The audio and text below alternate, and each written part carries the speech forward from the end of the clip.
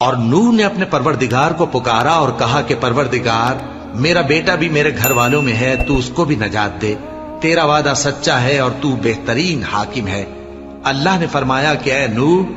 وہ تیرے گھر والوں میں نہیں ہے، وہ تو سراسر بدعمل ہے، تو جس چیز کی تم کو حقیقت معلوم نہیں اس کے بارے میں مجھ سے درخواست ہی نہ کرو، اور میں تم کو نصیحت کرتا ہوں کہ نادان نہ بنو۔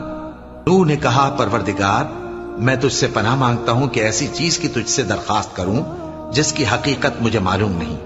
اور اگر تو مجھے نہیں بخشے گا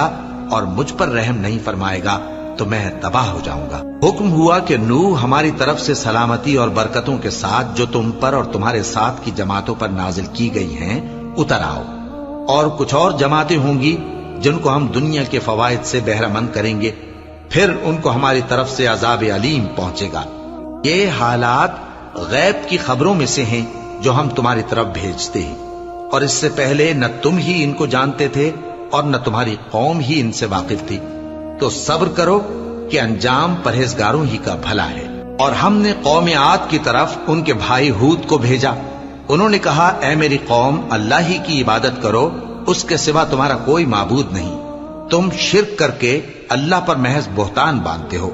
میری قوم، میں اس واعظ و نصیحت کا تم سے کچھ صلہ نہیں مانگتا، میرا صلہ تو اس کے ذمے ہے جس نے مجھے پیدا کیا، بھلا تم سمجھتے کیوں نہیں؟ اور اے قوم، اپنے پروردگار سے بخشش مانگو،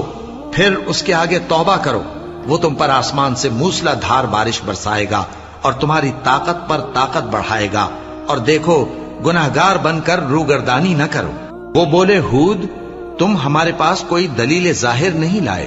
اور ہم صرف تمہارے کہنے سے نہ اپنے معبودوں کو چھوڑنے والے ہیں اور نہ تم پر ایمان لانے والے ہیں۔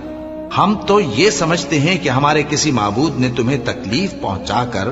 دیوانہ کر دیا ہے۔ انہوں نے کہا کہ میں اللہ کو گواہ کرتا ہوں اور تم بھی گواہ رہو کہ جن کو تم اللہ کا شریک بناتے ہو میں ان سے بیزار ہوں، یعنی جن کی اللہ کے سوا عبادت کرتے ہو، تو تم سب مل کر میرے بارے میں جو تدبیر کرنی چاہو کر لو اور مجھے مہلت نہ دو۔ میں اللہ پر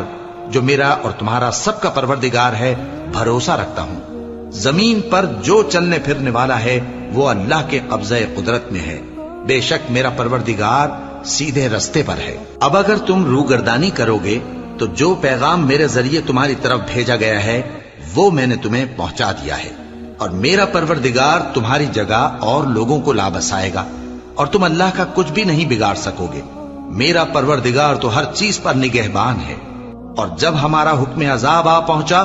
تو ہم نے ہود کو اور جو لوگ ان کے ساتھ ایمان لائے تھے ان کو اپنی مہربانی سے بچا لیا اور انہیں عذاب شدید سے نجات دی۔ یہ وہی قوم عاد ہے جس نے اللہ کی نشانیوں سے انکار کیا اور اس کے پیغمبروں کی نافرمانی کی، اور ہر سرکش و متکبر کا کہا مانا، اور اس دنیا میں بھی لعنت ان کے پیچھے لگی رہی اور قیامت کے دن بھی لگی رہے گی۔ دیکھو، قوم عاد نے اپنے پروردگار سے کفر کیا، اور سن رکھو قوم عاد پر پھٹکار ہے جو ہود کی قوم تھی۔ اور قوم سمود کی طرف ان کے بھائی صالح کو بھیجا تو انہوں نے کہا اے قوم،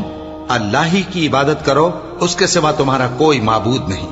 اسی نے تم کو زمین سے پیدا کیا اور اس میں آباد کیا، تو اس سے مغفرت مانگو اور اس کے آگے توبہ کرو، بے شک میرا پروردگار نزدیک بھی ہے اور دعا کا قبول کرنے والا بھی ہے۔ انہوں نے کہا کہ صالح، اس سے پہلے ہم تم سے کئی طرح کی امیدیں رکھتے تھے، اب وہ منقطع ہو گئی۔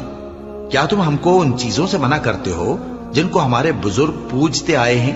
اور جس بات کی طرف تم ہمیں بلاتے ہو اس کی طرف سے ہم بڑے بھاری شک میں ہیں۔ صالح نے کہا اے میری قوم، بھلا دیکھو تو، اگر میں اپنے پروردگار کی طرف سے کھلی دلیل پر ہوں اور اس نے مجھے اپنے ہاتھ سے نبوت کی نعمت بخشی ہو، تو اگر میں اللہ کی نافرمانی کروں تو اس کے سامنے میری کون مدد کرے گا؟ تم تو کفر کی باتوں سے میرا نقصان ہی کرتے ہو۔ اور یہ بھی کہا کہ اے قوم، یہ اللہ کی اونٹنی تمہارے لیے ایک نشانی یعنی معجزہ ہے، تو اس کو چھوڑ دو کہ اللہ کی زمین میں جہاں چاہے چرتی پھرے، اور اس کو کسی طرح کی تکلیف نہ دینا، ورنہ تمہیں جلد عذاب آ پکڑے گا۔ مگر انہوں نے اس کو کاٹ ڈالا تو صالح نے کہا کہ اپنے گھروں میں 3 دن اور فائدے اٹھا لو، یہ وعدہ ہے کہ جھوٹا نہ ہوگا۔ پس جب ہمارا حکم آ گیا تو ہم نے صالح کو اور جو لوگ ان کے ساتھ ایمان لائے تھے